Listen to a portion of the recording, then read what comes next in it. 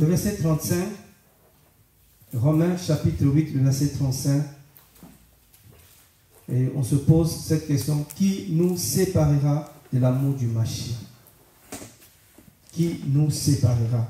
Normalement, qui est posé pour les personnes, mais on cite les choses. Ça vous dit quelque chose? Vous savez, comme on dit ici là, on reçoit, ça tombe au partage. Qui, normalement, c'est parler aux personnes, mais on nous cite les choses. Ça veut dire que derrière les choses, il y a les esprits. Amen. Derrière une chose, il y a un esprit. Qui nous séparera de l'amour du Mashiach? La tribulation, l'affreuse calamité, ou la persécution, ou la famine, ou la nudité, ou le péril, ou l'épée. C'est là qu'il est écrit, à cause de toi, nous sommes mis à mort tous les jours. Nous avons été estimés comme des brebis destinées à la boucherie. Voilà déjà toutes les choses là qu'on cite. Par ces choses-là, beaucoup aujourd'hui sont séparés du Seigneur. Beaucoup aujourd'hui sont éloignés du Seigneur. Beaucoup, à cause de ces choses-là. Beaucoup. Et nous devons veiller. Mais dans toutes ces choses, nous sommes plus que vainqueurs par le moyen de celui qui nous a aimés. Et si nous on arrive à tenir, ce n'est pas parce qu'on est plus fort. C'est la grâce du Seigneur aussi. C'est pour ça que tous les jours nous disons, Seigneur, merci pour ta grâce. Merci parce que tu me gardes. Merci parce que tu me protèges. Car je suis persuadé que ni la mort, ni la vie, ni les anges, ni les principautés, ni les puissances, ni les choses présentes, ni les choses à venir, ni la hauteur, ni la profondeur, ni aucune autre créature ne pourra nous séparer de l'amour d'Élohim dans le Mashiach Yeshua, notre Seigneur. Vous voyez qu'il y a tellement de choses, on est tellement entouré de beaucoup de choses, et le but de toutes ces choses-là, c'est nous séparer karma du Seigneur, de l'amour que nous avons pour le Seigneur. De l'amour que nous avons pour le Seigneur. Oh, aimer le Seigneur, c'est garder ses commandements, garder sa parole. Vous voyez, tout ce que le diable cherche, c'est enlever cet amour que nous avons pour le Seigneur. Donc, ils peuvent passer par beaucoup de moyens, par toutes ces choses. S'ils n'utilisent pas toute cette partie qu'on appelle les anges, la vie, la mort des esprits comme ça c'est les esprits plus costauds. Et ils peuvent juste utiliser les choses qui sont de tous les jours devant nous. La tribulation. À cause de tribulation, beaucoup de gens aujourd'hui, il y en a même qui ont haï le Seigneur. Il y en a qui détestent le Seigneur à cause de la tribulation. À cause de la souffrance. À cause, comme on dit, de l'affreuse calamité. Beaucoup ont dit, Seigneur, tu n'existais pas. Si tu existais, pourquoi telle souffrance? Pourquoi? Quand on souffre, on arrive à ce point-là. On dit, si vraiment il existait, si vraiment il m'écoutait, si vraiment il était vivant, si vraiment il était là, pourquoi je souffre autant? Je vous dis, même moi, je me suis déjà posé cette question. Vous savez, ça fait partie de mes témoignages. Peut-être quand j'aurai 120 ans, je vais mettre à écrire le témoignage de mon désert. Parce que mon désert est long. Et ce n'est même pas fini. Vous savez, il y a un désert, il y a beaucoup de déserts dans ma vie, mais il y a un désert que j'aime témoigner. C'est un temps très difficile que je traversais quand je suis arrivé à Rennes. Mais c'était très difficile. Très difficile. Très difficile. Et je me souviens même, un pasteur est venu me rendre visite là où j'étais. Il m'a carrément insulté. Carrément, ça c'est insulté. Il m'a dit, tu es en Europe, mais tu as la santé de quelqu'un qui est en Afrique. Pour moi, c'était de l'insulte. J'ai souffert. Et tellement je souffrais, j'ai pris 7 jours de jeûne et prière. Je posais une seule question, Seigneur, dis-moi pourquoi je souffre. Dis-moi, Seigneur, qu'est-ce que j'ai fait? Pourquoi une telle souffrance? Mais je vous dis, une souffrance sans mots. Il arrivait des jours où tu ne manges pas, mais tu es en Europe. Je me nourrissais de la Croix-Rouge, Donc j'allais chercher des gâteaux à la Croix-Rouge. J'ai porté les habits de la Croix-Rouge. J'ai galéré. Téléphone que les gens avaient pour moi, c'était des luxes. Comment avoir un téléphone? Je regardais les gens.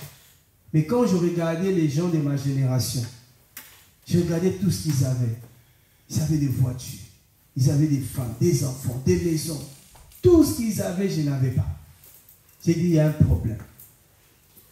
Parce que je sais que les causes de la malédiction, la Bible dit, une malédiction sans cause n'a pas d'effet. Ça dit, il n'y a pas lieu d'être, il n'y a pas de raison. Il faut qu'il y ait une cause. Et moi, je voulais connaître la cause de ma souffrance. J'ai pensé que pour moi, c'est légitime. Tu dois me poser des questions, mais pourquoi je souffre? Comme tous les enfants, quand ça ne va pas, tu vas aller voir les parents. Moi, je connais notre troisième, qui est aujourd'hui manager dans un truc à Anvers. Et à un moment donné, il cherchait du travail. Sa vie, ça n'allait pas. Et comme sa vie, ça n'allait pas, il allait voir papa. Il a dit, mais est-ce que j'avais fait quelque chose et tu m'avais maudit? Mais pourquoi ma vie tourne en rond comme ça? Et papa m'a appelé parce qu'il était triste. Il a dit, est-ce qu'un jour je vous ai maudit? Il a dit, ce que ton frère me dit. J'étais obligé de quitter et d'aller jusqu'où était mon frère pour que je mette le pied dedans. Parce que c'est dit, tout lieu que foule la plante de tes pieds, c'est lui qui t'est donné en possession. Il fallait prendre l'autorité. Il dit, mais qu'est-ce qui se passe? Donc, papa n'a pas maudit. Il dit, mais pourquoi? Mais moi-même, je souffre. Et ce qui est marrant, hein, dans le désert là, j'ai prié pour les gens. J'ai prié pour les gens. Le Seigneur s'est glorifié. Pendant que moi-même, je ne voyais rien. J'ai prié pour un Congolais. Chaque nuit, il était visité par les sorciers. Il ne dormait pas. Il vient me voir. J'ai dit, on prie. Il va dormir. Cette nuit, tu vas dormir en paix. Le lendemain, il revient pour me faire le retour. Il me dit, cette nuit, j'ai bien dormi. J'ai vu, ils étaient venus, mais ils ne pouvaient pas m'atteindre. Mais après, il me tourne vers moi, il dit, mais toi, confesse ton péché. Ah, les chrétiens. Ouais. Il dit, mais toi, confesse ton péché. Pourquoi tu souffres comme ça? Je lui ai seulement dit, qui a prié pour toi hier? Est-ce que le Seigneur, parce que le Seigneur dit dans sa parole, il n'exauce pas les pécheurs. Vous avez déjà lu ça? Bon, on va lire ça. Ah, les chrétiens. On va profiter de moments comme ça. Des moments comme ça, c'est bien, calme. Comme ça, on partage vraiment la parole calmement.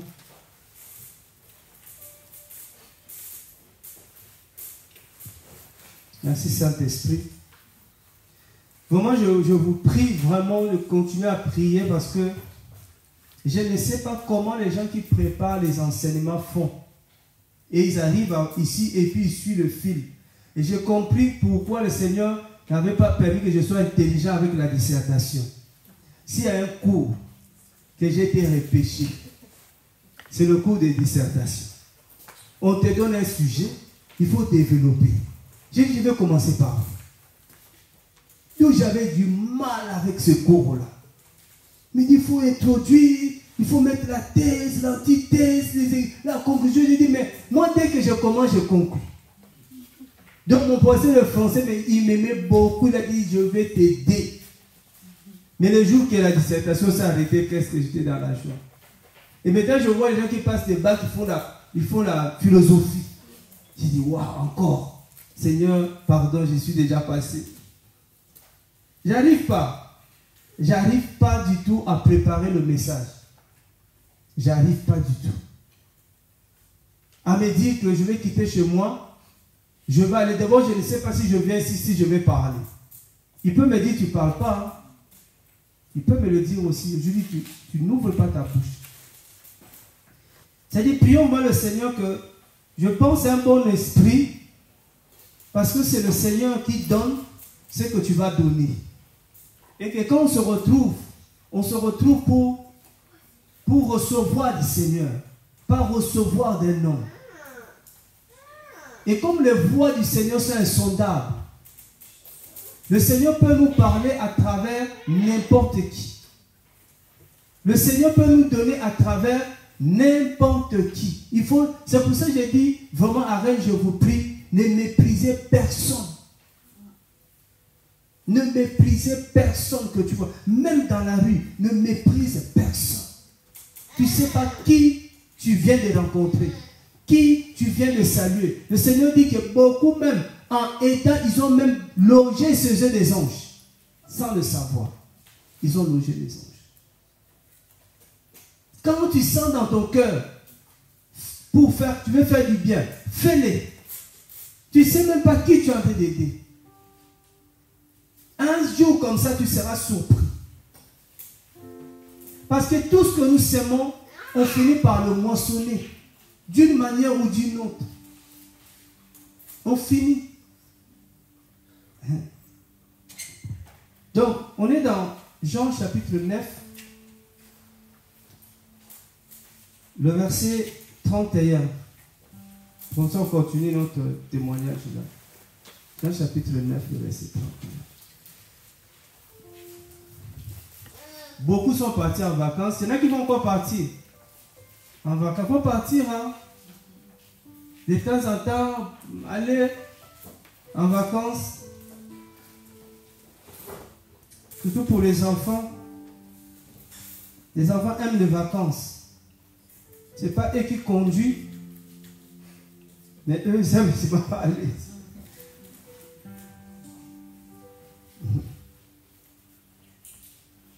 Donc, le verset 31 dit, « Or, nous savons qu'Élohim n'exauce pas les pécheurs.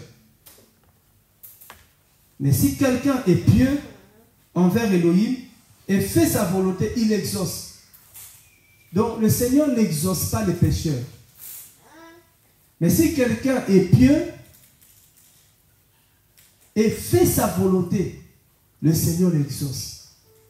Le Seigneur exauce ceux qui font la volonté du Seigneur et ceux qui sont pieux. Voyez? C'est eux que le Seigneur exauce. Donc, je ne me dis pas que je suis pieux.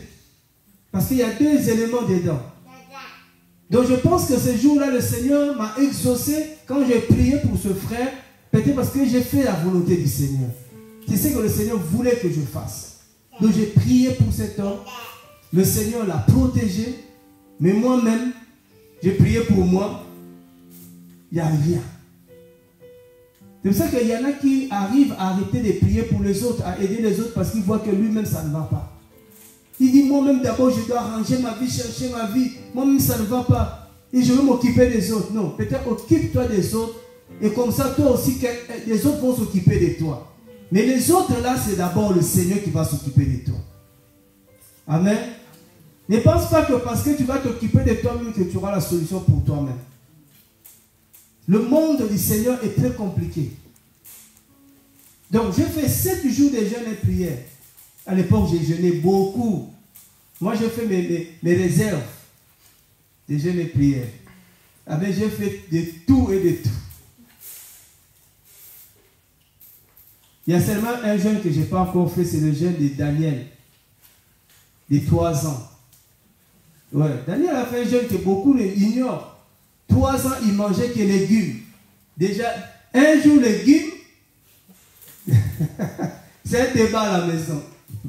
S'il y a quelque chose qu'on n'aime pas demander, qu'est-ce que vous allez manger? Il ne faut pas proposer légumes, il n'y aura même pas de votants. Si elle fait légumes à la maison, il n'y a pas de votants. Je lui dis toujours, ne fais pas beaucoup. Tu risques de jeter. Moi, maintenant, je me sacrifie. À la place des enfants, je mange. Pour qu'elle soit, soit pas trop fixée. Tu vois, quand quelqu'un prépare, vous ne mangez pas, ce n'est pas bien. Vous voyez? J'essaie de manger, mais les enfants, il n'y a pas honte. Hein. Ah non, nous, on ne mange pas. Nous, on ne mange pas. Alléluia. Donc, j'ai prié le Seigneur. 7 jours, je voulais que le Seigneur me dise pourquoi j'ai souffert. Pourquoi? Est-ce qu'il y avait un péché J'ai dit, Seigneur, s'il y a un péché dans ma vie, à cause de ce péché que tu me fais souffrir, dis-moi comme ça, je veux me repentir. J'ai commencé à prier. Et j'étais enfermé. Hein. J'ai prié. Au 7e jour, j'ai dit, waouh, Seigneur, il ne parle pas. J'ai prié, j'ai loué le Seigneur, 7 jours. Et le 7e jour, c'est le jour que le Seigneur m'a dit que toi, tu as ce que les autres n'ont pas. Et heureusement, j'étais seul. Hein. Donc, comme tu sais que j'ai fait le jour-là, les gens me traitaient de fou. J'ai tourné. J'avais l'impression que le Seigneur, il ne voit pas. Il dit, qu'est-ce que j'ai? Qu'est-ce que j'ai que les autres n'ont pas? Voiture? Rien. Maison? Rien. Travail? Rien. Papier? Rien. Moi comme je dis, j'étais nini. J'avais rien. À l'époque, un pantalon et une chemise, une chaussure à rien. J'ai souffert tellement que j'ai un frère qui est un ami pour moi, mon frère France. Un jour, il est venu me voir. Parce que cette souffrance a commencé parce que j'avais tellement pris une position. Quand j'étais ici, de temps en temps, mon père m'aidait. Mais quand j'avais dit non à mon père, quand mon père a voulu que j'épouse une femme à l'époque, avant qu'il vienne qu'on se rencontre, quand j'avais dit je ne veux pas de cette femme, ils avaient coupé tous les vifs. Donc, j'avais plus rien. Et mon frère français est venu me voir, il m'a dit, frère, tu souffres trop, accepte ça. J'ai dit, frère, je ne vais pas. Je préfère mourir qu'accepter quelque chose qui n'est pas du Seigneur. Beaucoup m'ont dit, tu es vraiment têtu. Maman Julie est là, vraiment témoin vivant. Elle sera toujours là. On a eu des propositions. Toujours non. Les gens disent, mais on n'a jamais vu des têtus comme ça. Ils n'ont pas les papiers, mais on vous donne des femmes qui ont des papiers. Vous ne voulez pas, vous voulez quoi au juste? On veut souffrir. Souffrir à cause de la vérité. On voulait seulement que le Seigneur lui-même nous donne. Voyez, que le Seigneur lui-même nous donne. Et quand le Seigneur m'a dit, tu as ce que les autres n'ont pas, franchement, j'ai dit, Seigneur, j'ai rien. Et quand il a ajouté, tu as la vie éternelle. Frère, la souffrance était un poids. La souffrance était un poids sur moi. Mais cette parole m'avait libéré. Je me suis senti libéré, léger. C'est comme s'il m'a donné le ciel et la terre. Il m'a dit, tu as la vie éternelle que les autres n'ont pas. J'étais dans la joie. J'ai arrêté ma prière, j'ai arrêté de gêner, je suis rentré chez moi. Avoir la vie éternelle, c'est plus que tout ce que nous cherchons sur la terre. Il a dit, les autres que tu as envie là, n'ont pas la vie éternelle. Moi, je vous connais les jeunes à l'époque, quand on priait à Saint-Élie là-bas. Qu'est-ce qu'ils sont devenus aujourd'hui? Il y en a qu'on ne sait même plus où ils sont. Mais à l'époque, je les enviais. Je pense qu'aujourd'hui, elles m'envient. Parce qu'à part la vie éternelle, le Seigneur a commencé à me donner tout ce qu'eux avaient. Peut-être même plus. Je veux vraiment, avec cette parole, t'encourager. La vie éternelle n'a pas de prix. La vie éternelle n'a pas de prix. Il n'y a pas un prix que tu peux payer pour avoir la vie éternelle. C'est un don gratuit du Seigneur. Et quand le Seigneur te donne ce don, bénis le Seigneur. C'est-à-dire qu'il t'a donné quelque chose qui est plus que l'or, plus que l'argent, plus. Parce que la vie éternelle, c'est le Seigneur lui-même qui vient habiter en toi. C'est pour ça que dans le livre de Jean, il dit ceci. Jean 17. C'est quoi on dit aux gens? Quand on voit les gens, tous qui prêchent là, on comprend qu'ils ne sont pas vraiment envoyés du Seigneur. Ce que nous avons là, le jour là, je ne sais pas, je ne retrouve plus cette version. Mais c'est des paroles que le Seigneur m'a données comme ça. Il dit, recherche d'abord le royaume. Et le reste. Ouais, le mot reste. Tu entends reste. Je dis, reste. Le Seigneur dit, tout ce que tu cherches là, c'est de reste. Je dis, des restes. Des restes comment? Et le jour là, le Seigneur, vraiment, il me parlait, il me dit, tu vois quelqu'un quand il a mangé, il a fini. Le reste est là, tout ce qui reste à jeter là. Il dit, c'est ce que tu cherches. Il dit, tu cherches des miettes, tu cherches ce qui tombe, que les chiens viennent même manger. C'est ce que tu cherches. Ce n'est pas plus important que ce que moi je veux te donner. Oh!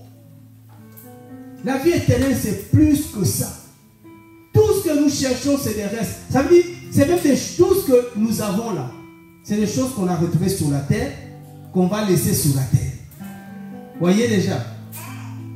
Tout ce que tu as là, tu as trouvé ça ici. Tu vas laisser ça ici. Et pourquoi s'accrocher à ce qui va rester?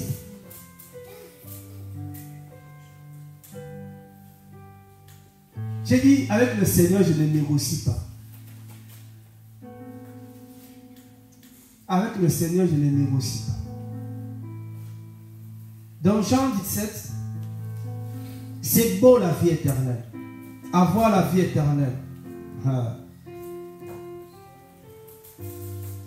Le verset 2.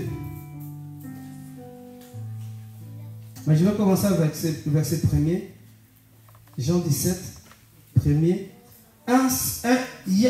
Ayant ainsi parlé, Yeshua leva les yeux au ciel et dit, Père, l'heure est venue, glorifie ton Fils, afin que ton Fils te glorifie. C'est non que tu lui as donné autorité sur toute chair, afin qu'il lui donne la vie éternelle à tout ce que tu lui as donné. Wow. Tout ce que le Seigneur lui avait donné, sa mission était de leur donner la vie éternelle, de communiquer la vie éternelle. Quand tu as la vie éternelle, tu vas voir que tout ce que le Seigneur te donne, c'est bon, mais ce n'est pas ça le plus important.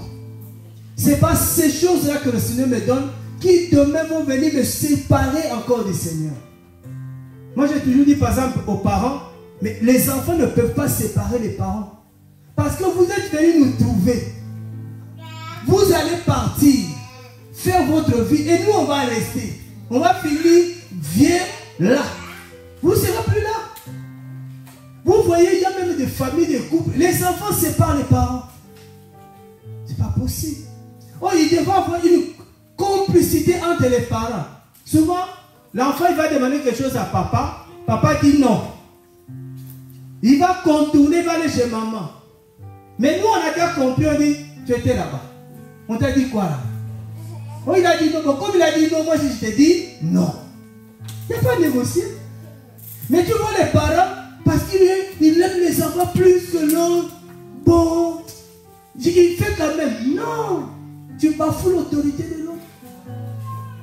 Il a dit non, non. Même si tu vois que ce non-là, c'est pas ça, tu vas régler ça dans la chambre. Il dit, pourquoi tu avais dit non?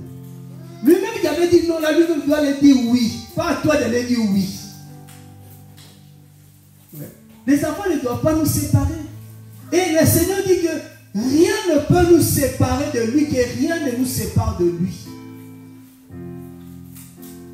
Tout ce que nous avons, on l'a trouvé ici. Quand on est né, on est venu sans habit. Quand on va retourner, c'est sans habit. Prévenez qu'au Congo, quand on t'habille avec des vrais habits, on t'enterre la nuit, on vient, on déterre, on enlève ça, on va vendre. Il y a un Congolais qui est mort ici. Il était un sapeur, il s'habillait très bien. Son corps était à la mort. Les gens sont venus la nuit dans sa chambre, ils ont tout volé. Oui, ils ont volé. C'est un homme vraiment qui était très bien, très gentil, avec qui je parlais bien. Sa mort même m'avait tellement choqué. Et quand j'ai entendu ça encore, ça m'a encore plus choqué. Les gens te regardent comment tu es habillé.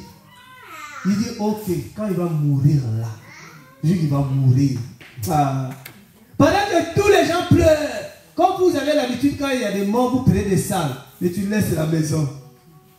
Et ils vont passer derrière, ils vont tout vider. Les gens n'ont même plus peur. Hein? Avant, on avait peur des morts.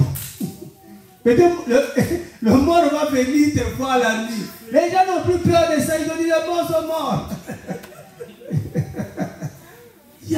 Allez voler. Allez voler. Ils ont volé. Ils ont volé. Donc vous voyez que ce n'est pas ces choses-là. Ce n'est pas la nourriture qui va vraiment nous séparer du Seigneur. Il y a des gens qui aujourd'hui sont séparés du Seigneur à cause de la nourriture. Je vous ai dit un couple ici à Rennes. Moi et ma femme, on est partis. Parce que la femme nous appelait, venez ici, c'est chaud. J'arrive. J'ai dit à quoi? Le frère dit, ça fait 6 mois. Il n'a jamais préparé le haricot. Il dit, donc j'ai quitté chez moi. Venir régler le problème de la nourriture ici. Mais pourquoi même la femme ne préparait pas? C'est une femme qui n'est pas de son pays. Qui ne connaît pas très bien le plat. 2, une femme qui était très malade. Mais la femme s'en fout de l'état de santé de sa femme. Ce qui l'intéresse, c'est manger le plat là. Il dit, frère, tu es méchant. C'est méchant.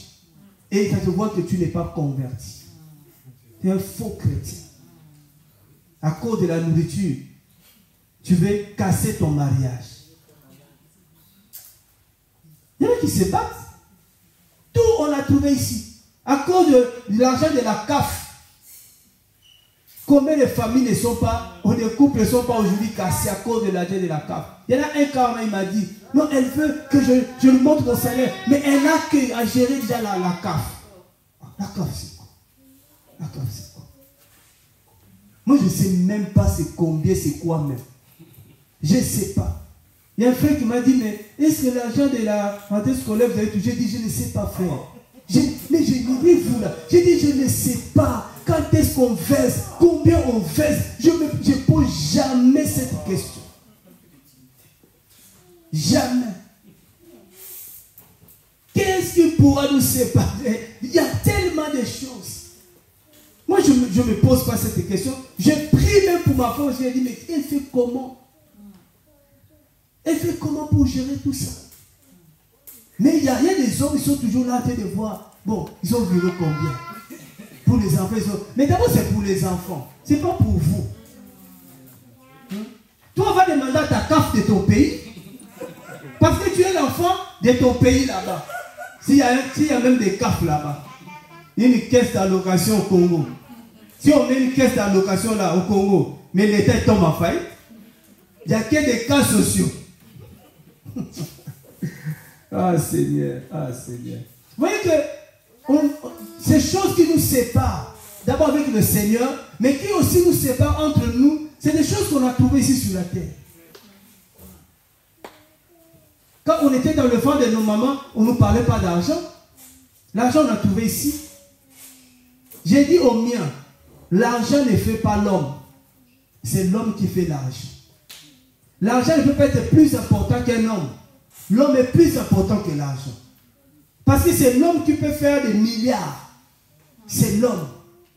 Donc il faut avoir la considération de la personne et non de l'argent. Parce qu'il y en a, ils regardent ce que tu as et non ce que toi tu es. Ce que tu es qui est plus important que ce que tu as. Parce que ce que tu as, tu peux perdre ça maintenant. Et ce que tu n'as pas, tu peux avoir ça demain. Vous voyez un peu? C'est important. Le Seigneur dit que ce que tu m'as donné, c'était pour leur donner la vie éternelle.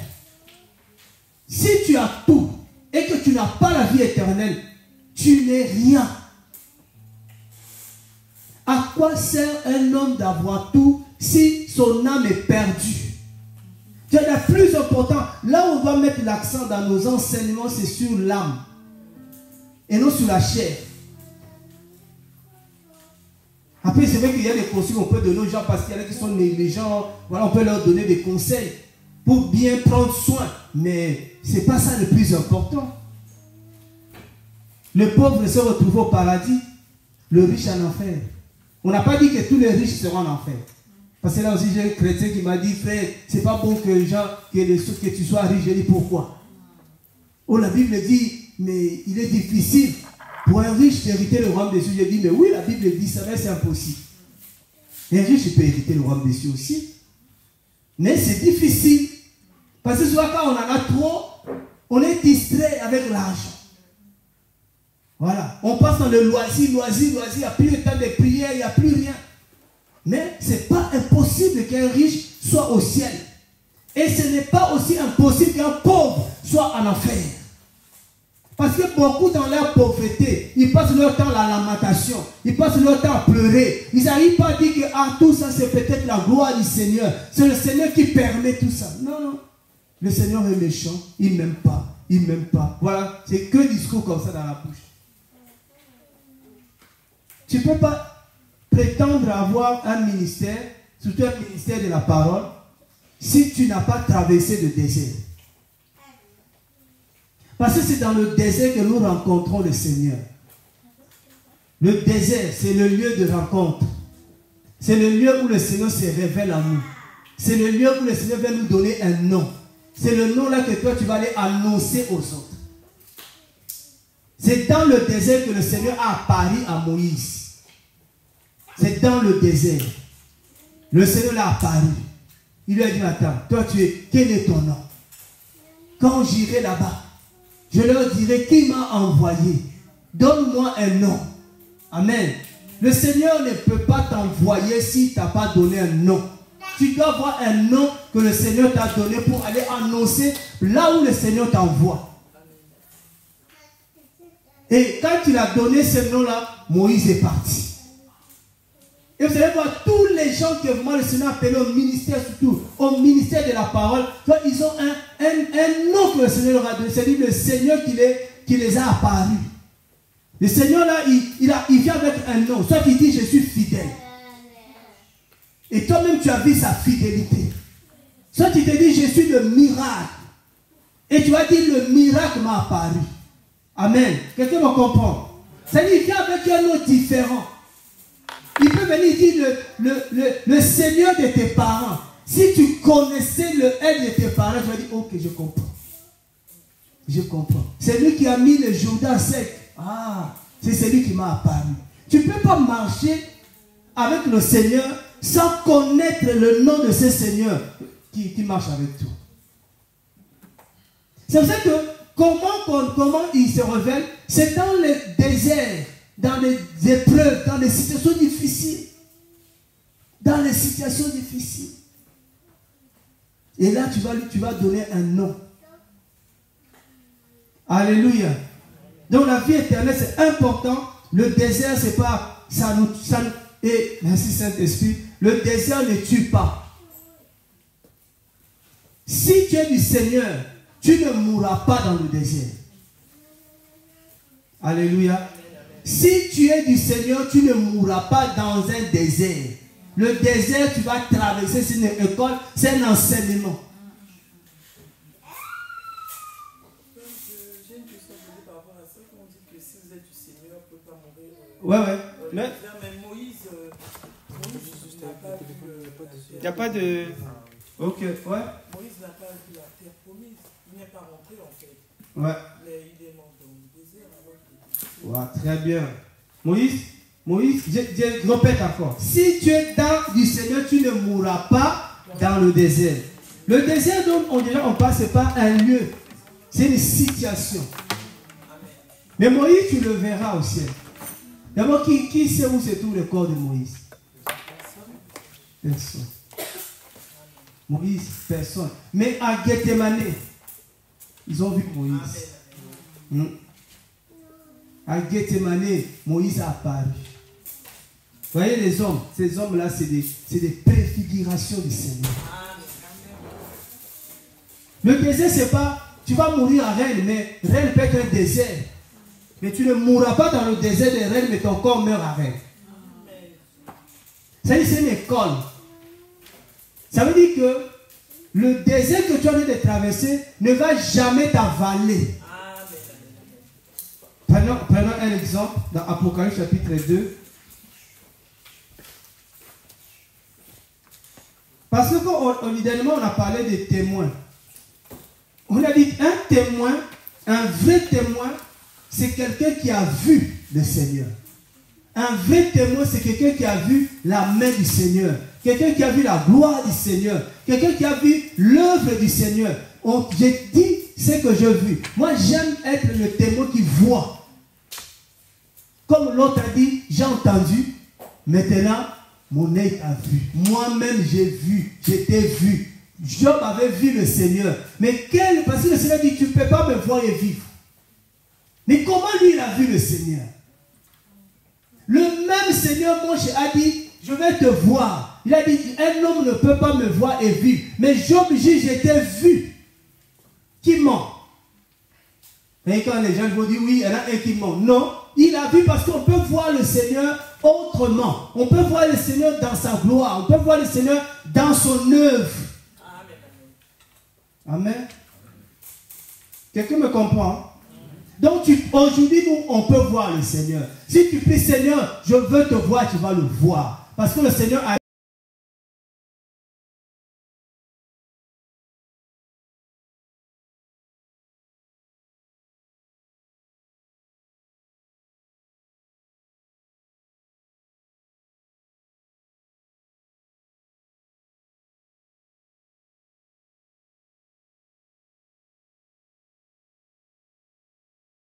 ne vient pas de manière à frapper les yeux.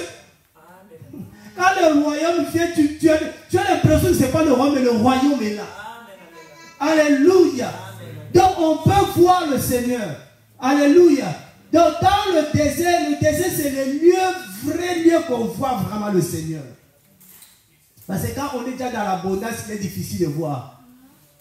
Tu ne vois pas bien. Mais quand tu es dans un moment très difficile, là c'est calme. Là tu peux voir, tu peux l'entendre. On lit Apocalypse 2. Regarde ce que le Seigneur dit au verset 9 et 10. C'était bien si on avait deux micros. Comme ça, quelqu'un allait lire. Il dit, je connais tes œuvres, ta tribulation et ta pauvreté. Mais tu es riche. Et le blasphème de ceux qui se disent être juifs, qui ne le sont pas. Des moqueurs, les gens qui se moquent de toi. Mais qui sont la synagogue de Satan. Parce qu'un vrai chrétien, il ne se moque pas de l'autre. Parce que lui, ça va. Il pense que l'autre, ça ne va pas. Comme ça ne va pas, c'est que l'autre est dans la malédiction. Non. Ça, on ne doit pas avoir d'abord ce sentiment-là. Moi, j'ai toujours dit, quand tu vois l'autre souffrir, tu dois commencer à souffrir aussi. Tu vas commencer à pleurer dans le secret.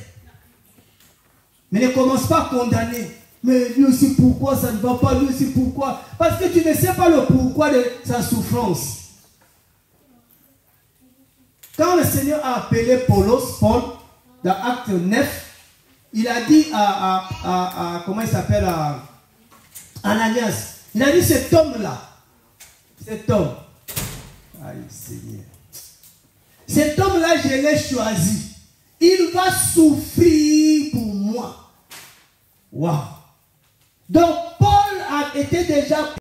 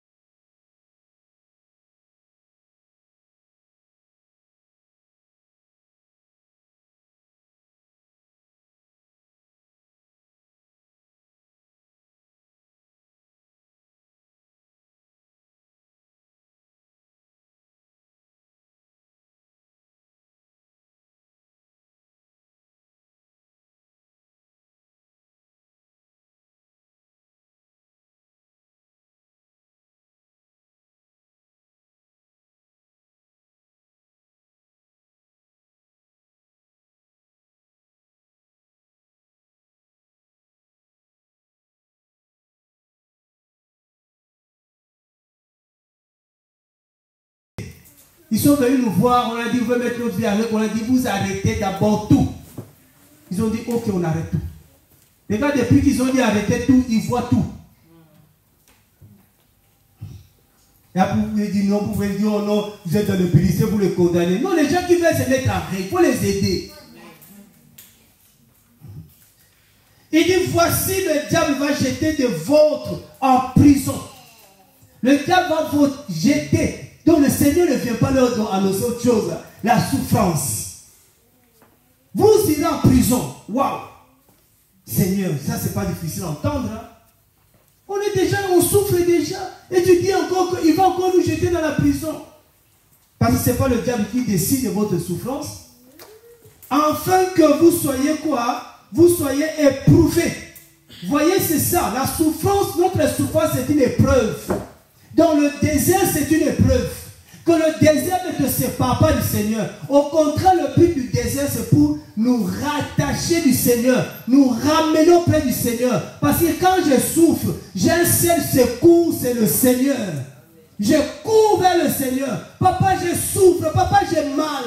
Papa, ça ne va pas. J'ai des douleurs. Frère, il faut aller vers le Seigneur quand tu as mal. Cours vers le Seigneur.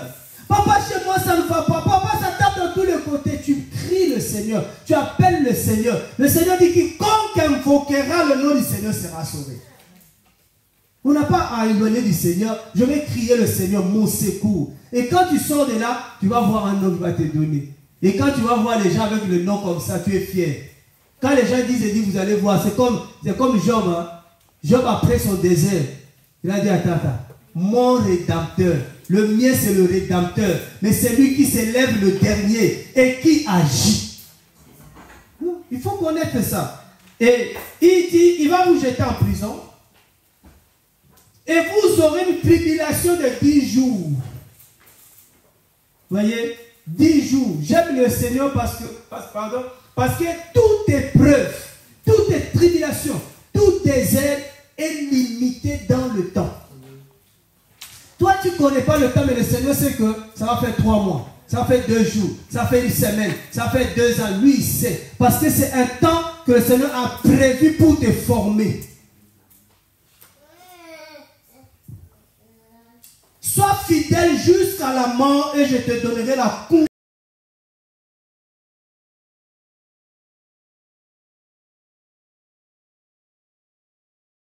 Je reste fidèle.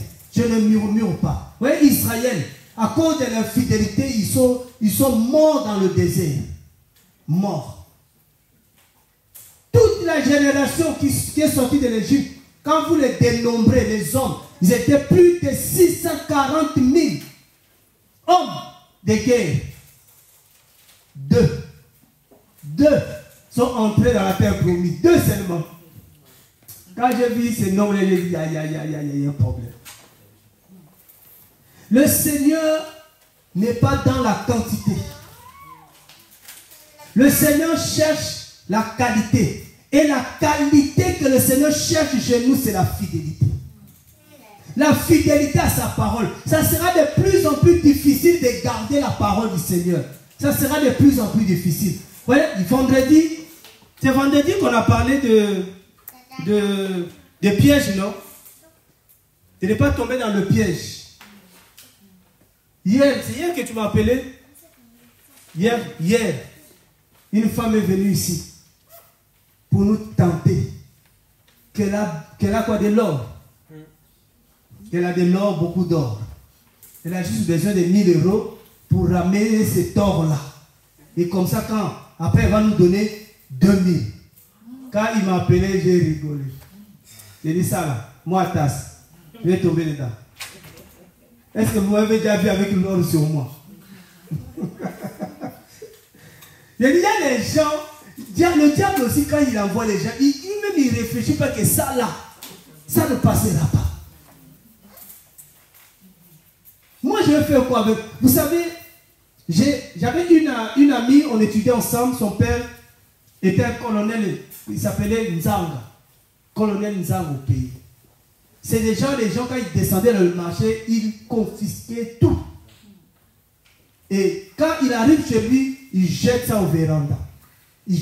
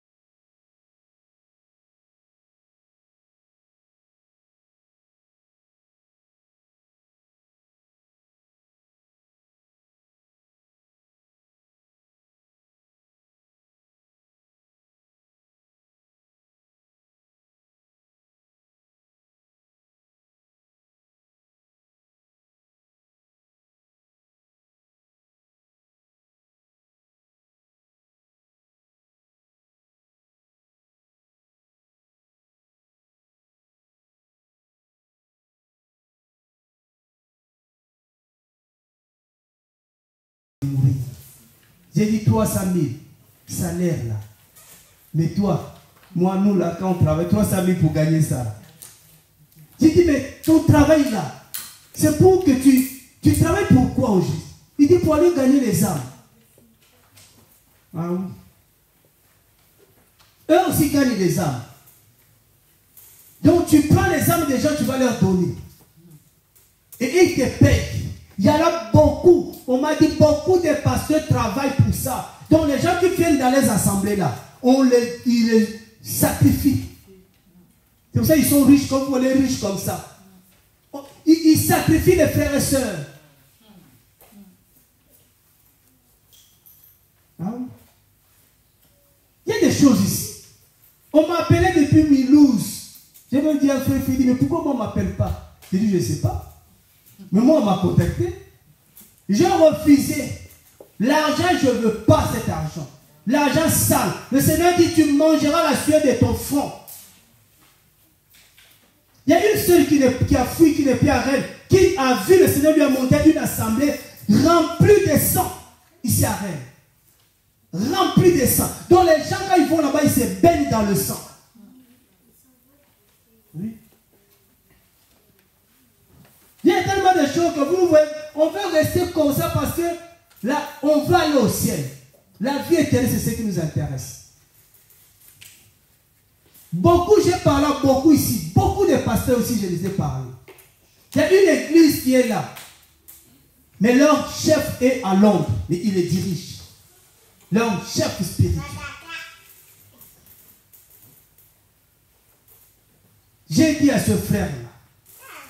Quand le Seigneur me donne des messages, je donne. Le Seigneur me dit, j'ai dit. C'est pour ça que j'ai dit, on doit beaucoup prier pour des frères et sœurs. Beaucoup sont dans de mauvais endroits. Ils croient adorer le Seigneur, ils croient louer le Seigneur, mais en réalité, ils sont des sacrifices, des animaux. Ils sont sacrifiés au diable par les pasteurs. Beaucoup, quand ils mangent, je ne sais pas s'ils mangent la scène ou quoi là, ils ne savent pas ce qu'ils mangent. Quand on les impose de main, ils ne savent pas ce qu'on leur met sur la tête. J'ai aimé un jour la réaction de ma femme, j'ai beaucoup aimé. On était à Villejean à la station. Il y a un faux pasteur, il nous a vus. Il m'a vu, il veut mettre sa main sur moi. Quand il a vu les cheveux blancs, tu as les cheveux blancs, mais je ne sais pas quelle force, quel courage il a eu. À côté, il était là, il a dit au nom de Jésus. Oh, tu dis que c'est. Il dit, tu ne mets pas ta main sur lui. Wow. Il dit, tu vas le transmettre quoi? Tu es impudique. Mais quelqu'un qui, parce que dans la main là, c'est une transmission. On transmet. Mais il ne faut pas chercher que les gens vous imposent le main. Tout le temps on vous impose le main, on vous impose le main. Vous ne savez même pas qu'est-ce qu'on a dit de vous transmettre. Tu étais bien, tu deviens malade. Ta vie était bien, tout se casse. À cause de la main qu'on vous a imposée. C'est une autorité. Tout ce que le Seigneur veut de nous, c'est la fidélité. C'est lui qui est fidèle. Le Seigneur dit, il honore ceux qu'il honore. Dans 2 Samuel, 1 Samuel 2, verset 30. Il dit, j'honore ceux qui m'honorent. Si tu es fidèle au Seigneur, tu auras la vie. Alléluia. Tu auras la couronne de vie. Tu auras la protection du Seigneur. Tu auras l'œil du Seigneur sur toi. Parce qu'il va te trouver fidèle à sa parole. Je sais que le temps qui arrive, ce sera des temps très difficiles. Mais le Seigneur cherche les fidèles. C'est ça la qualité d'un serviteur du Seigneur. La vraie qualité que le Seigneur sait, c'est la fidélité. Les propositions, ça vient tout le jour. Tout le jour. Tous les jours. Si on veut aller, on va aller. Si on veut la facilité, on va aller. Parce qu'il y a des choses pour en avoir, on fait ça. Mais il y en a d'autres qui ont ça facilement. Facilement. J'ai dit, mais il faut comment? À un moment, je dis, Seigneur, est-ce que moi vraiment, est-ce que j'ai une relation avec toi vraiment? Pourquoi les autres, ça n'arrive pas, ça arrive? Il y a quelque chose qu'il faut même plus poser parce que Seigneur, tu veux voir. Il y en a même qui va, tu vas aller le voir, il dit, mais toi tu fais comment? Il te dit, viens la nuit. Je vais te donner rendez-vous la nuit. Et puis à cette heure-là, je vais te dire, comment je fais? Tu vas voir, il y en a qui vomissent l'argent. Le pasteur n'est pas là pour donner de l'argent aux gens. Ce n'est pas notre ministère. Nous, on a le ministère de la parole. S'il y a une difficulté, on se cotise. Mais tu vois un pasteur qui donne, qui distribue l'argent, tu prends ça où? Tu prends ça où? Des dollars, des euros, mais tu prends ça où, toi? Tu ne travailles pas. Mais l'argent, tu prends ça où? Beaucoup, c'est de l'argent mystique. Vous savez, l'argent, c'est la sueur. Avec l'argent, tu peux acheter ta vie. Avec l'argent, tu peux vendre ta vie. C'est pour ça que tous les gens qui vous disent, donnez-moi votre numéro de compte, j'ai hérité, et puis je vais virer dans ton compte, et puis là-bas, quand tu vas recevoir, regarde celui-là. Moi, je vais te donner mon compte, comment ça tu vas rentrer le petit 100 euros que j'ai là, tu vas vider ça.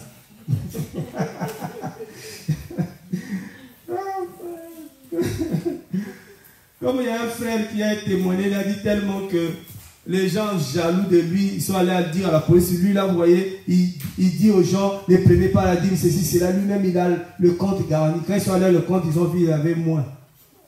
La police a dit, lui, il a que de moins dans son compte. Il est dans le rouge.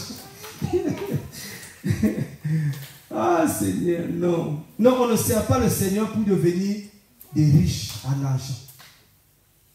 On a besoin de ce qu'il faut pour prendre soin du Seigneur, des choses du Seigneur, pour prendre soin de nos familles. Mais si on voulait vraiment s'enrichir, on allait devenir riche. Mais on ne veut pas ça. Il y a même un papa qui est venu carrément me menacer. Il a dit, tu manges l'argent de mon enfant. Mon enfant a signé un contrat. C'est toi qui manges. Je ne dis même pas un centime. Je ne demande pas. La seule chose quand je parle avec son fils, c'est pour prier. C'est pour prier. Quand il voit qu'il a des difficultés dans le club, il m'appelle. On prie. Il y a des contacts. Avant même, il vient de signer notre contrat là. Il a dit, je t'appelle, toi seul. Même ma mère n'est pas au courant. Pour que tu pries. Pour prier. J'ai jamais demandé 1 euro de ces garçons-là. Jamais. Pourtant, dans un grand club en Europe. Jamais. Je pense que même là où il est même dépassé. Mon pasteur faut le temps la nuit à prier. Il a reçu quelque chose au genou. Il va à l'infirmerie. Il n'y a rien. Même à l'infirmerie, on dit si tu continues comme ça, tu pourras plus. On a prié. Le lendemain, il n'y a plus rien. Mais jamais demandé aux actions de grâce. Il y a quoi? Jamais. On invite moi-même pour aller regarder un match. Jamais. Je ne pense pas à ça. Moi, quand je fais le bien aux gens, je ne cherche pas un retour. Je sais que le Seigneur va me rémunérer. Mais tu vois, les jaloux pensent que non, moi j'ai tout. Je donne que des conseils, que des conseils, que des conseils. Il y a même un de ses enfants qui dit, le jour où je veux me marier, il faut que c'est toi le parrain d'État. Ton père, s'il est vivant, tu le prends. Ah, Seigneur. Le Seigneur dit, sois fidèle. Sois seulement. Le Seigneur n'oublie jamais les fidèles. David a dit, j'étais jeune, j'ai vieilli et je n'ai jamais vu un juste abandonné. Jamais. Je ne voyais pas comment moi j'allais sortir de mon désert. Je ne voyais pas une porte. Mais le Seigneur a plusieurs voies. Quand le Seigneur veut bénir, toi-même tu es étonné. Et puis quand le Seigneur prépare ta bénédiction, il ne t'associe pas. Il fait comme il a fait avec Adam. Il a fait endormir Adam. Ce n'est pas Adam qui s'est endormi. Hein. Ce n'est pas écrit. Hein. Non, on va lire ça. Il y a des choses, ça m'arrive comme ça, on vérifie ça. Il y a un frère, il a dit des choses ici. J'ai dit à Melville, publie la vidéo. Melville a dit non, j'ai écouté la vidéo. Il y a un truc qu'il a dit là, j'ai vérifié partout, il n'y en a pas. J'ai dit, oh, il y a vraiment moi la vidéo. J'écoute, je calcule, j'ai dit non, oui, il a raison, l'enfant a raison, il n'y en a pas. J'ai dit non, ne publie pas, coupe ça. Il y a des choses qu'il faut vérifier. Ah, Seigneur, il y a des choses qu'il faut vérifier, on va trop vite. Ah, Seigneur. Ah oui. C'est pas toi qui décides de fermer les yeux. C'est le Seigneur. Genèse chapitre 2. Merci Seigneur. Là, tu vas rendre grâce au Seigneur maintenant pour le désert. Dis Seigneur, merci pour cette épreuve. Et que ton nom soit élevé. Ton nom soit glorifié. Dans ce désert-là, j'ai envie de glorifier ton nom, d'élever ton nom, de dire qui tu es, Seigneur. Le désert ne va pas t'avaler. Il dit au verset 21, Yahweh Elohim fit tomber un profond sommeil sur l'être humain. C'est lui, c'est pas un sommeil, hein? Un profond sommeil. Pas un sommeil d'assouplissement. Pas un sommeil léger. Mais un profond sommeil. Ça veut dire que mort. Vous êtes d'accord avec moi en français? Profond sommeil. On est là, on est là. On est là. Profond sommeil. Différent de léger. C'est quand quelqu'un dort légèrement, on le bouge, il se réveille. Mais quelqu'un qui dort profondément, il ne se rend plus compte de ce qui se passe autour de lui. Il est mort. Bon, acte 20. Acte 20. Je ne pensais pas qu'un jour, même si je prêche, j'allais donner autant de versets. Acte 20. Le Seigneur va d'abord te tuer.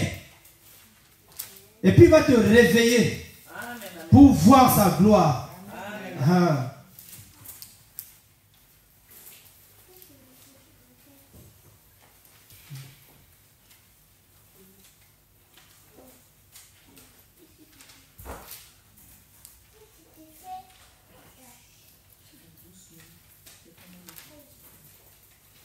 Acte 20.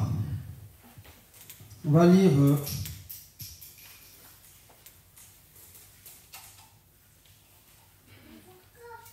verset 9.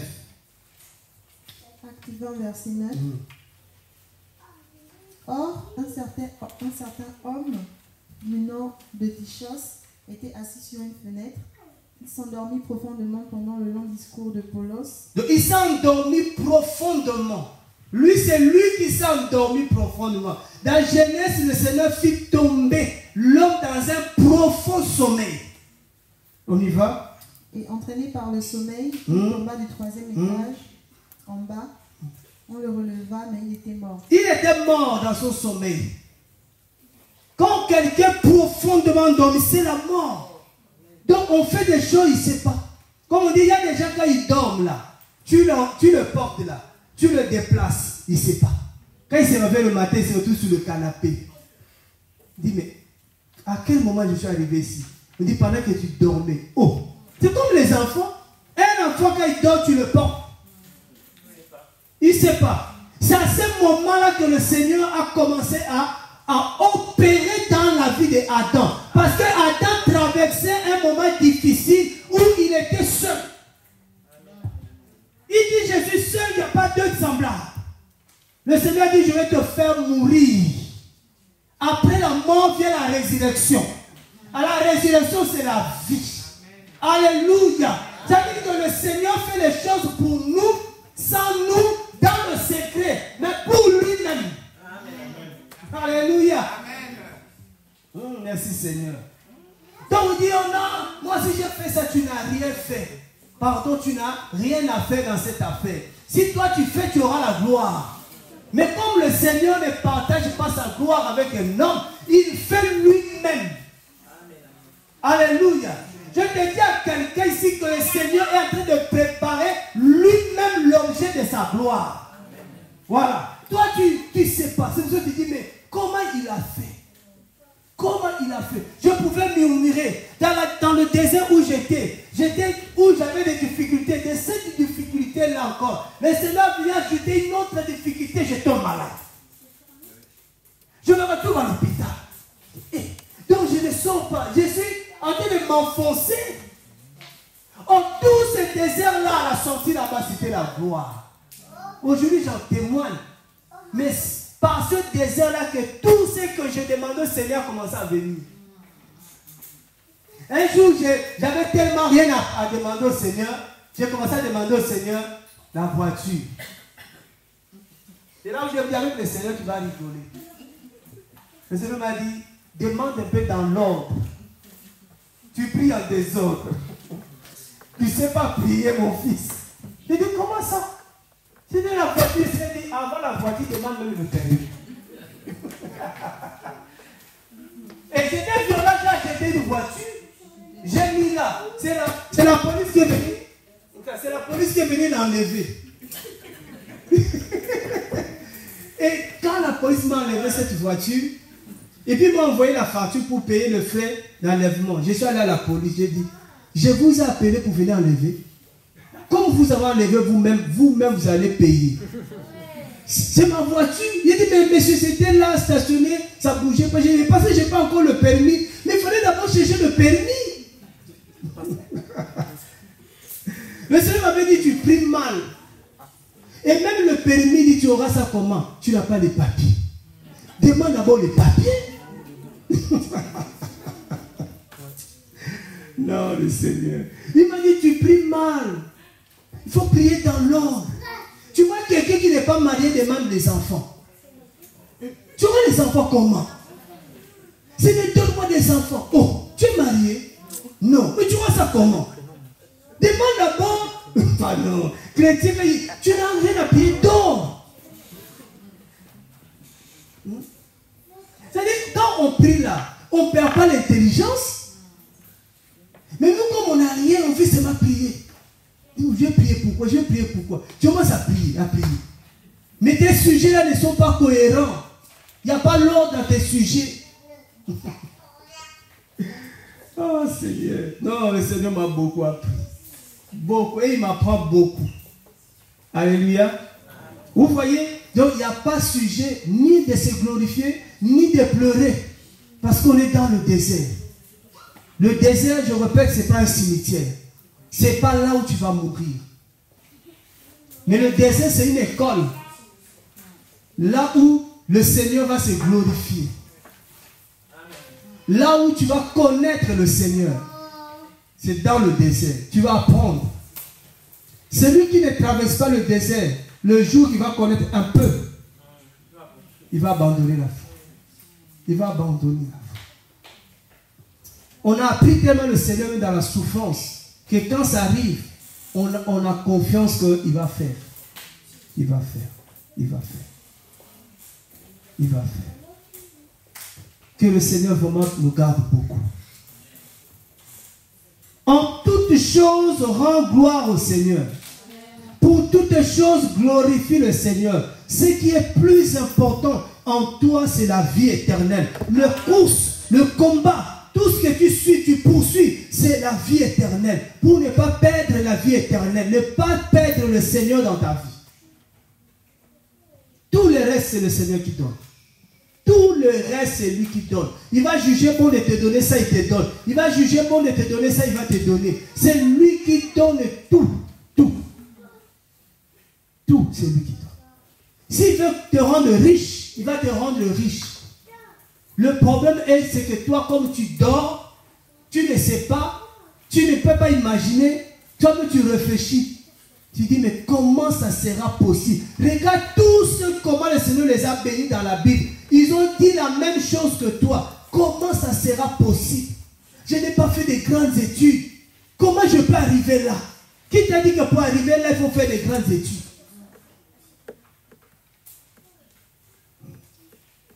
Le papa de David a dit, comment ça sera possible que cet enfant-là, qui paie les brebis dans la forêt là, devient le roi d'Israël? Comment? Il a posé la question à un prophète. Même le prophète lui-même, il ne sait pas. Vous avez des prophètes qui savent tout.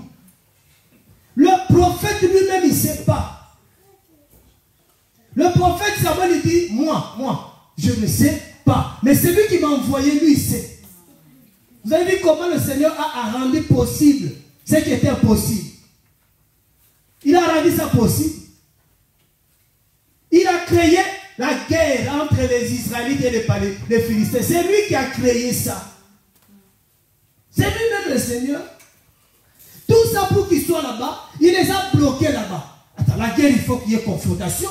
Mais quelle est cette guerre-là où on s'observe? Quelle est cette guerre? Hein? Vous avez déjà vu la guerre comme ça? Vous là-bas, nous ici. Qui va venir le premier? Personne. Mais le Seigneur a tellement le papa vu que les gens étaient partis à la guerre, on traînait, il a dit, viens, il faut les amener pas manger. Voilà, ça c'est le Seigneur. Et c'est là où maintenant vous allez voir David. Je vais commencer à amener David au trône, petit à petit. Comment le Seigneur tronise ça? Wow. Tu ne peux pas y comprendre ça. Il dit, on l'a envoyé pour amener la nourriture. Mais il arrive là-bas, il entend un impudique insulter. Frère, lisez cette parole, vous allez comprendre. La colère de David. David n'était pas en colère parce qu'on insultait le Seigneur. Mais David était en colère parce qu'on insultait l'armée du Seigneur. C'est-à-dire que tu ne peux pas être calme quand tu vois les autres insulter et souffrir. C'est nous. C'est dans la Bible. Dans la Bible, je vais vous donner ça. Il dit, mais quel est cet incirconcis qui insulte l'armée d'Israël? Et ses grands frères ont dit, oh petit, on te connaît, Rescal. On connaît ton zèle. Ici, là, même le roi Saül n'ose pas affronter Goliath. C'est pas toi. Il dit, mais qu'est-ce que j'ai rien dit? Il dit, non, non, non. Tellement il était bien dit, non, moi là, je vais le renverser. Dit, hey. On t'a envoyé, viens nous donner à manger, rentre. Il dit, non, non, non, non. Moi, je vais régler cette affaire-là. Il avait tellement confiance. On l'amène chez le roi. Le roi dit, lui, il est costaud. Pour combattre Goliath, il faut les armes. Quelles armes? Les armes des hommes. Il essaie, il a dit, pardon, je n'ai pas besoin, enlevez vos armes là. Il dit, mais petit, il va te bouffer. Comment tu vas le combattre Goliath sans arme? Il a dit, j'ai une arme. L'arme était avec lui dans son sac. L'arme, il y avait des pierres, il avait des pierres. Il y avait le nombre de pierres précises dans le sac. Et il se présente devant Goliath. Et lisez encore, vous allez trouver ça. Lisez encore, ce n'est pas David qui a renversé Goliath. Mais c'est la pierre. Ah! C'est la pierre que David avait qui a renversé Goliath. Laissez on acclame le Seigneur. Alléluia. C'est la pierre. La pierre, c'est cette pierre qui a renversé Goliath. Et la pierre, c'est le Seigneur Yeshua. C'est lui notre pierre angulaire. C'est notre pierre que nous avons. On l'a avec lui dans le sac. On se promène avec lui. C'est lui qui écrase nos ennemis. C'est lui qui renverse nos ennemis. C'est lui qui terrasse nos ennemis. C'est lui qui fait reculer les maladies. C'est lui qui résout nos problèmes. C'est la pierre. Donc David avait Yeshua avec lui. David se promenait. C'est pour ça que même là-bas, il n'avait même pas peur des animaux féroces. Les loups, il les a renversés. Parce qu'il avait un secret. Voyez? Mais quand le Seigneur a dit qu'il deviendra roi d'Israël, le problème c'est la parole est sortie. Le Seigneur, quand il te donne une parole, personne ne peut arrêter la parole. Je ne sais pas, on m'a dit que, je ne sais pas qui m'a montré, il y a, comment on appelle, une arme, mais comment? Des cartouches qu'on met dans les armes, là, comment on appelle ça? Des balles. Israël vient de fabriquer une balle. Une balle. Je ne sais pas, il y en a qui ont vu ça. Une balle. Quand on te tire, fais tout ce que tu veux. La balle va t'atteindre. Non, pas missile, balle. Ça dit la balle. Quand on dit balle, on dit comme ça. Même si tu fais ça, même si tu cours, la balle va chercher. Ah ouais. Là, le monde où le monde va là. Oh non, je vais me cacher. Rien. La balle doit atteindre son objectif. Ah. Et la parole du Seigneur, la Bible dit la parole ne peut pas retourner si elle n'a pas accompli ça. Alléluia. Donc vous voyez que le Seigneur dit qu'il deviendra roi. Il deviendra roi. Le Seigneur dit tu seras béni. Tu seras béni. Le Seigneur dit tu vas te marier. Tu vas te marier. Si c'est le Seigneur qui a dit. Et si les gens se lèvent, ils font des choses, ça ne marchera pas. Parce que la parole est déjà sortie. Marie a dit, comment c'est possible? Je ne connais pas d'homme. Je suis vierge.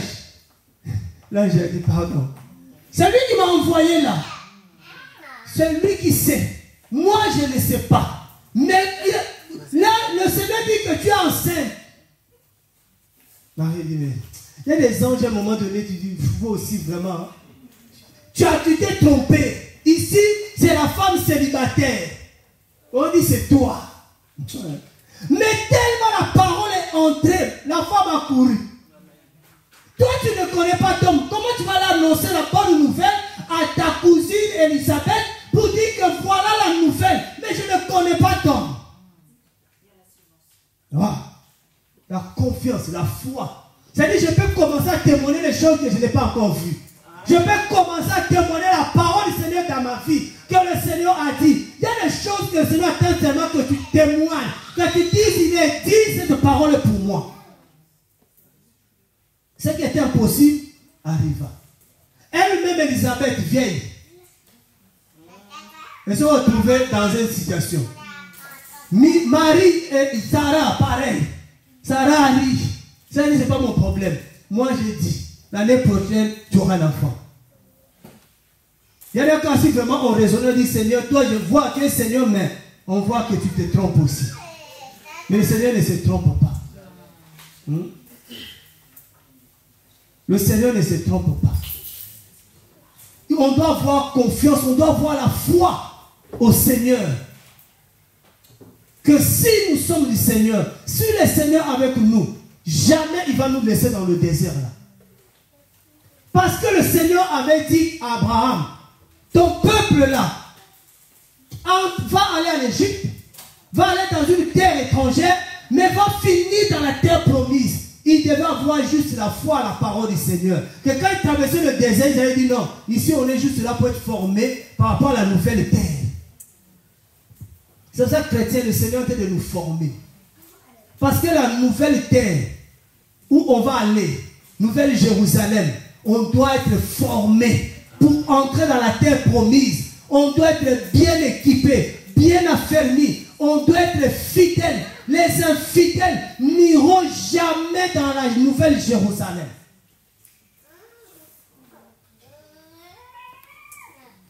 Alléluia. Les infidèles n'hériteront pas le royaume des cieux. C'est là où on est là dans les épreuves. C'est là où on nous tente. Voilà, on vient nous faire certaines propositions. C'est à toi de dire là, moi je ne veux pas. Je regarde le Seigneur. Seigneur, il va m'honorer. Seigneur, arrêtez, il ne t'honore pas. Hein. Il honore sa parole. Parce que toi, tu es fidèle à sa parole. C'est pour ça que tu as l'effet de sa parole. Le Seigneur honore sa parole. Si ça dépendait que les hommes, je ne devais plus être ici à Rennes. Si ça ne dépendait que des sorciers, je ne devais pas être à Rennes. Si je suis là, c'est parce que le Seigneur veut que je sois là. C'est pour ça que je suis têtu avec les hommes. Je dis, qu'est-ce que l'homme peut me faire? Qu'est-ce que l'homme peut me faire? Rien. Mais essaye seulement. Essaye, mais tu ne peux rien. Donc, ayons confiance au Seigneur qui te donne tout. Et ce que le Seigneur te donne, essaie d'en prendre soin. Essaie d'en prendre soin de ce que le Seigneur t'a donné. Et sois content de ce que le Seigneur t'a donné. Ne pleure pas par rapport à ce que le Seigneur t'a donné. Et sois fidèle à ce que le Seigneur t'a donné. Et comme ça, il va encore t'ajouter encore d'autres. Si le Seigneur voit que tu prends bien soin de ce qu'il t'a donné, il peut encore te donner encore d'autres. Il a dit, celui qui est fidèle à des petites choses, je vais le confier encore des grandes choses. Que le Seigneur nous donne des cœurs fidèles.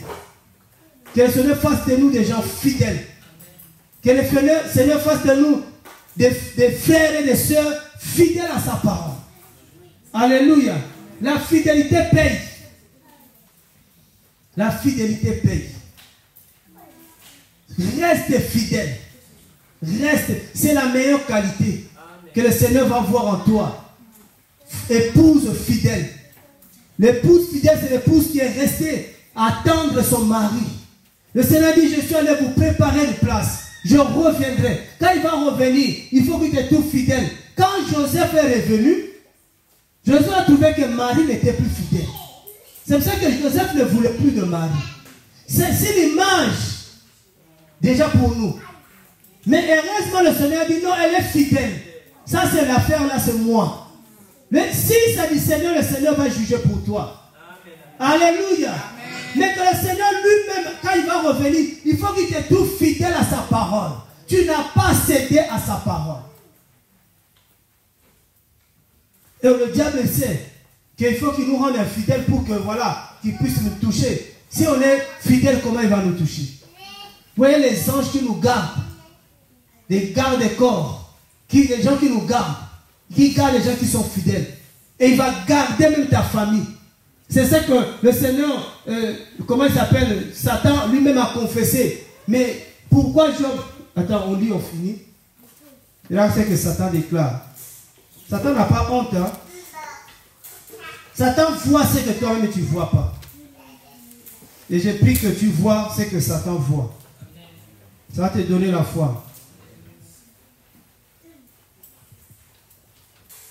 Satan, c'est un promeneur, quelqu'un qui se promène partout dans les maisons des gens, dans les familles des gens, pour aller voir les situations des gens. Au Job chapitre 1er et le verset 7e, Yahweh dit à Satan, d'où viens-tu? Satan répondit à Yahweh en disant, je viens de courir ça et là sur la terre et de m'y promener. Ça, c'est déjà un esprit de prostitution, ça. Courir ça et là. Tu n'as pas de stabilité. Voyez? Le Seigneur dit à Satan, as-tu fixé ton cœur sur mon serviteur Job? Il n'y a personne comme lui sur la terre. C'est un homme parfait et droit, craignant Elohim et se détournant du mal. Waouh! Le jour que le Seigneur va te vanter comme ça, je pense que le Seigneur nous vante comme ça. Tu l'as vu là. Fidèle et fidèle. Fidèle. Regarde Satan. Chez nous, au Congo, on dit songi. Comment on dit ça en français? Calminateur. Voilà. Il y a qui va parler aux oreilles de l'autre pour inciter les autres là. Il pense que le Seigneur, ça va faire quelque chose dans la vie du Seigneur. Moi, j'avais un collègue comme ça, quand au travail, ma femme est partie en vacances. Et un collègue vient me dire, oh, tu poses-moi là-bas. Elle est toute seule. Tu veux quoi? Tu veux quoi au juste? Il y en a qui ne croient pas que l'homme peut rester seul, la femme qui n'est pas seule et sans tricher. Il y en a, ils n'arrivent pas. Moi, j'ai des collègues qui disent, ils n'arrivent pas. Je dis, vous êtes malade, on doit vous soigner. L'autre est fidèle là-bas. Toi, tu deviens fidèle ici. Tu veux ramasser quoi? Tu vois? Et Satan répondait à Yahweh en disant, est-ce enfin que Job craint Elohim? Tu veux, là le Seigneur dit, tu veux quoi au juste? Tout simplement, tu veux quoi? Donc Satan veut s'aimer, mais comme dans le cœur du Seigneur, on ne peut pas s'aimer le mal. Mais Satan, chaque fois, il vient s'aimer le mal dans nos cœurs. Tu auras une mauvaise pensée contre ton mari, contre ta femme, contre ton ami. Il faut rejeter cette pensée-là. Il y a des semences comme ça arrive. Tu penses que ton mari. C'est ça qu'il y a des femmes, ça passe leur temps. Ah, regardez le téléphone de leur mari, il n'y a pas de confiance. Il y a toujours, quand le mari enlève le pantalon, ça va le fouiller dans le poche. Peut-être qu'il y a une adresse de l'hôtel ou il y a un reçu de l'hôtel. Ah là, Seigneur, aide-nous. Il n'y a pas confiance. Bon, il y en a, il ne faut pas faire confiance. Il y en a, c'est des coques. Dans le marché des cacahuètes. Tu mets comme ta femme, là, ça va tout manger. Toutes les femmes, il y a un frère est venu me voir un jour. Frère, j'arrive pas. Mon cou est bloqué. J'ai dit bloqué à la République. Tu es bloqué à la République? Je ne t'ai pas vu à la République. Tu passes ton temps à regarder comme ça les soeurs. Tu as une femme à la maison. Tu passes ton temps à regarder ton cou là. Seigneur, que ça bloque une semaine encore. Après tu viendras me voir. Tu n'as pas une femme pour regarder à la maison? Il ne me demande plus la prière. Hein? Il pensait que j'allais me déposer la main. J'ai dit ton cou est bloqué. Tu l'as bloqué à la République. Et puis il pensait que je ne l'avais pas vu. Ah Seigneur. Non. Les gens ils veulent nous perdre du temps avec la prière là. Des prières que toi tu as provoquées.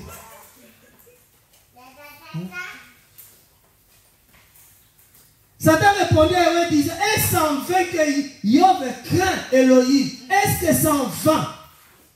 Tu n'as pas fait une haie autour de lui, autour de sa maison, autour de ce qui lui appartient. Tu as béni l'œuvre de ses mains, son bétail s'accroît sur la terre. Voilà. C'est ça les gens qui craignent le Seigneur, qui sont fidèles au Seigneur. Le Seigneur nous protège. Et quand le diable vient ou un démon voit, il dit non, on ne peut pas entrer là-bas. Avant d'entrer là-bas, il faut aller demander l'autorisation au gardien de la maison. Donc, Satan venait, il voyait, il ne pouvait pas. Il fallait aller vers lui dire, est-ce que je peux entrer là-bas? Satan ne peut pas, les démons, les sorciers ne peuvent pas te toucher si le Seigneur ne permet pas. Il ne permet pas pour permettre. S'il permet et il ne sait pas, c'est pour se glorifier encore dans ta vie. Il se dit, va toucher-les. Mais lui, il ne savait pas que le Seigneur avait à cœur de bénir. De bénir comme il faut. Yo. Il ne savait pas. Nous, quand le Seigneur enlève quelque chose, voilà comment on pleure. Mais tu dis, Seigneur, toi qui donnes, c'est toi qui reprends. Comme tu as repris, que la gloire te revienne. Les jours arrivés, tu ne vois pas tripler. Tu vois? Le Seigneur nous connaît. Amen. Dis à quelqu'un, le Seigneur te connaît.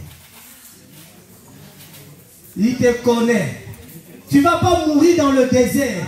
Prophétise dans sa vie. Tu ne vas pas. Dis à ta femme, mon frère, dis à ta femme. On va vieillir ensemble. Dis, on va vieillir ensemble. Le désert ne va pas nous engloutir. Alléluia. Oh Seigneur. Quand je parle comme ça, Satan est en colère. Tout à l'heure, je vous dis, je ne venais pas. J'ai commencé le travail à 7 h du matin. J'étais à Saint-Aignan. J'ai roulé. J'arrive à la maison, j'ai mal. J'ai dit, ouf, tu as mal au corps ou à l'esprit? J'ai dit, lève-toi le corps. Je me suis levé. Là, je suis au travail, là, comme je suis là. J'ai fait 10 heures. Qui connaît Saint-Berthevin? Saint-Berthevin. Loin. Laval, j'ai fait Laval, Saint-Berthevin, Saint-Aignan. Hier, et puis ça ne roulait pas sur l'autoroute. Sur votre rocade là. Les vacanciers là, ça ne roulait pas. Donc, avec chaleur, 10 heures d'affilée. 10 heures de travail. Et quand ils m'ont appelé à 19 h, j'ai dit, regardez le compteur, je ne bouge plus. On s'appelle demain. Donc demain, aujourd'hui, je me suis levé, paf, je suis parti. Le travail là. On mange à la sueur de notre front. On ne mange pas des offrandes des frères et sœurs. Nous devons mettre ce que nous avons ensemble pour aider ceux qui ne peuvent pas. C'est ça notre message. Je vis un fou là. Un pasteur là, il dit, le Seigneur lui a donné l'onction d'enrichir les gens en 3 jours. C'est un malade. Il va mourir comme ça lui là. Le Seigneur va te donner à toi l'onction d'enrichir les gens en 3 jours. Tu as vu ça où? Tu as vu ça où? Qui a fait ça dans la Bible? Une onction pour enrichir les gens. Mais il faut que toi-même qui vas enrichir les gens, toi-même tu sois déjà milliardaire. Tu vois que ce sont des voleurs. Est-ce que Bill Gates peut vous demander l'argent? Si tu vois Bill Gates te demander l'argent, c'est que c'est un faux Bill Gates. Avec l'intelligence artificielle, là, on peut le travailler. Il a besoin de notre argent, nous là. Non, c'est lui qui donne. C'est lui qui donne. Mais toi, tu dis tu as, mais tu demandes encore. C'est qu'il y a un problème. C'est qu'il y a un problème. C'est qu'il y a un problème. Tout ça, les gens ne voient pas les escroqueries comme ça qui est à l'œil nu. Mais les chrétiens ne voient pas. Ils crient Amen. Ils crient Amen. Et puis ils donnent aussi. Mais moi, je ne sais pas l'état est où. Un menteur comme ça, je donne. Moi, je vais donner 3 jours. Je t'attends, je compte. 3 jours, c'est 3 nuits. Il n'y a pas. Ah, mais tu me vois. Tu vas me voir. C'est pourquoi je vous ai dit, tous les faux ennemis là qui viennent chez vous, vous fermez la porte de la maison. Vous dites, papa, la farine là qui reste là, je te fais gâteau. Quand tu manges, farine remplie chez moi. S'il n'y en a pas, tu ne sors pas. C'est la police qui va venir ici. On va arrêter tous ces faux là. Alléluia. On va les arrêter. En 3 jours, tu ne me rends pas riche. Ah, papa, tu vas arrêter le ministère. Vous n'avez pas encore vu. Si on commence à les stopper, ces gens-là, beaucoup vont arrêter. Un mensonge comme ça. Et on le laisse exercer. Voilà la bonté du Seigneur. Dans le temps, Élie, lui là, il mourait. Il mourait. Et reste-moi, le Seigneur a enlevé Élie avant. Tu vas mentir comme son peuple. Tu vas enrichir les gens en 3 jours. Le Seigneur m'a donné l'onction d'enrichir les gens. Ah, Seigneur. C'est triste à quel niveau l'église est arrivée.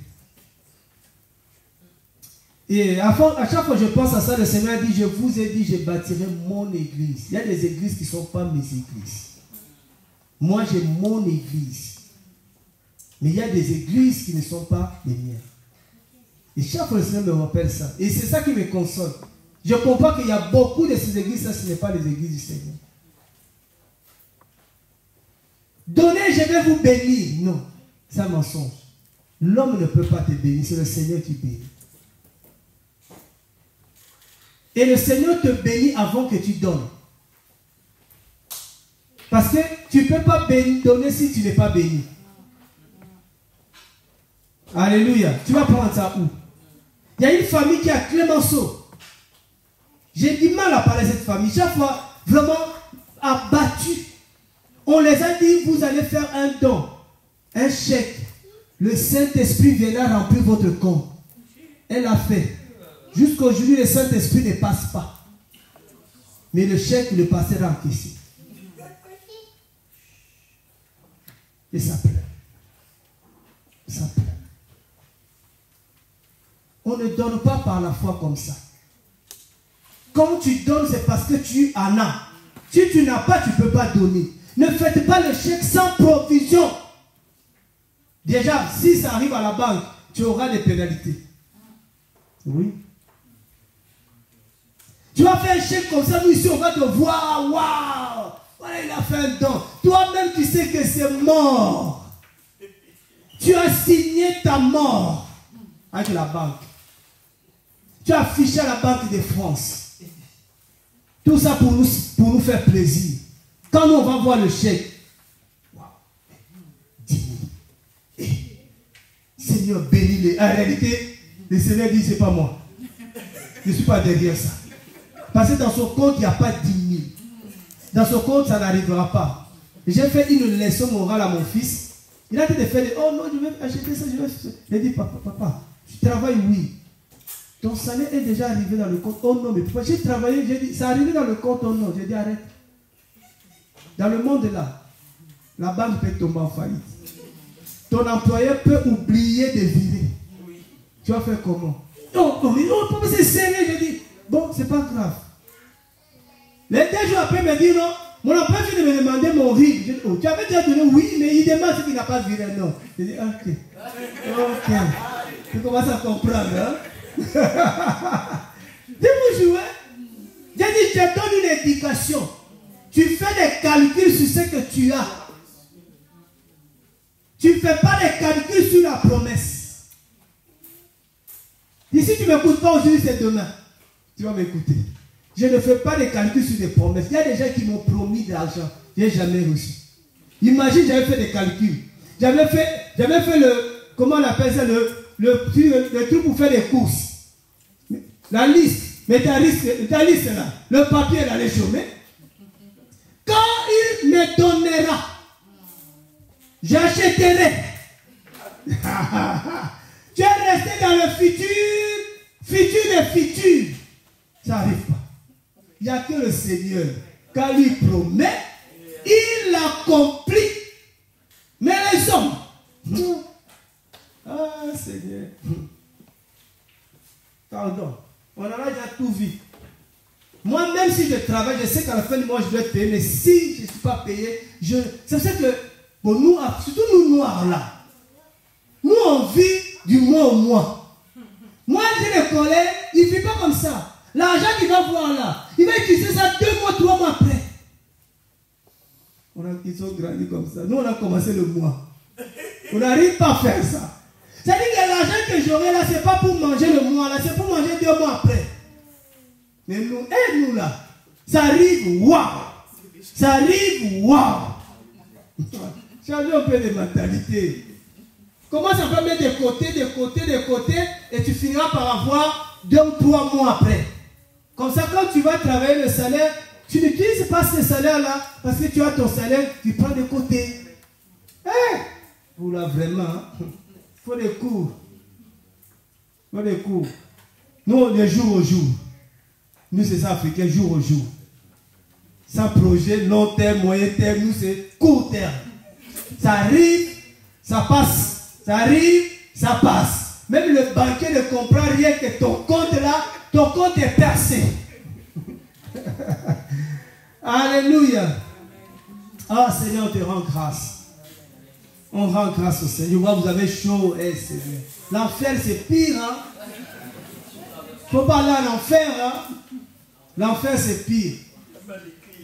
On va mettre. Le problème, comme on a dit, on n'arrive pas encore à faire des travaux parce que la mairie ne veut pas lâcher l'affaire. La mairie ne veut pas qu'on soit ici. Ouais. La mairie ne veut pas qu'on soit ici. Et la mairie est dérangée toujours par le voisin. Le voisin qui est là, je ne sais pas qu'est-ce qu'il a dans cette maison. Je dis, lui là, je vais l'envoyer la balle d'Israël. Je ne sais pas ce que... On a demandé même de faire les rencontres, ils ne veulent pas les rencontres. Ouais. Donc, c'est ce qui fait que nous, on n'a pas besoin de faire des travaux, comme on a fait à Cesson, et puis on donne de la valeur, et puis ils revendent. Vous voyez, c'est ça le... Parce que on a cœur de faire des travaux, mettre tout ça bien, mais voilà, béton c'est toujours... Béton n'aime pas la prière. Mais on va le faire aimer la prière. Nous prions vraiment que le Seigneur touche leur cœur s'il le veut. Amen. Donc voilà le combat que nous avons. Il faut prier par rapport à ça. Vraiment prier par rapport à ça. Nous, on veut juste se servir le Seigneur. On ne veut pas autre chose. C'est vrai qu'il y a des propositions qu'on a refusées, mais parce que ce n'est pas du Seigneur. Sinon, on avait déjà les salles. On a refusé ces propositions-là parce que je ne vais pas m'associer, fédérer pour une salle. Aller vraiment en faire pour une salle, je ne vais pas. Être contrôlé. On a failli avoir travaillé avec ce qu'on appelle la banque alimentaire. Banque alimentaire qui reçoit de l'Union européenne. Mais ils nous ont posé des conditions. Et dès qu'ils ont posé des conditions, j'ai dit, arrêtez ça. On ne travaille pas avec eux. Nous, on travaille librement. Ils voulaient nous donner des véhicules frigorifiques, des frigos. J'ai dit, je ne veux pas. Allez faire avec... Il y avait une autre association, ils avaient contacté. Même la mairie de Rennes veut nous soutenir à condition qu'on vend à 1 euro. On a refusé. On a dit, nous, on va donner gratuitement. On a dit, si c'est le cas, on ne vous soutient pas. Enfin, il y a des choses qu'on ne vous dit pas. Des combats. La banque alimentaire veut qu'on adhère à la banque alimentaire. On a dit, on ne va pas adhérer. Si vous voulez donner, on donne, nous on donne. Mais l'affaire, il y a tellement de facilités qui se présentent à nous, mais qu'on refuse. Il y a un pasteur ici qui vend. Il vend. Il y a beaucoup qui vendent ici. Ils ne donnent pas gratuitement. Tu vois? choses qu'on nous donne, ils vendent. Mais nous, on ne veut pas. Donc on pouvait s'enrichir aussi. Mais on ne veut pas. On ne veut pas. Nous, on est là pour aider les autres. Gratuitement. Hein? Même la mairie veut nous donner un local où on met tout. Mais vendez, il dit seulement 1 euro, même 1 centime, on ne veut pas. Mais il y a un frère qui a voulu nous entraîner, j'ai dit papa, va avec eux, mais nous on ne va pas. On ne veut pas. Donc vous voyez qu'il y a tellement de choses, si on voulait la facilité, on partait. Donc il y a beaucoup de tentations, beaucoup de propositions qu'on reçoit. Parce qu'on veut la vie éternelle. On veut la couronne de vie. Amen. Et cette couronne-là, il faut être fidèle. Hein? C'est pas facile. Ah, c'est vraiment chaud. Ah, vous voyez maintenant.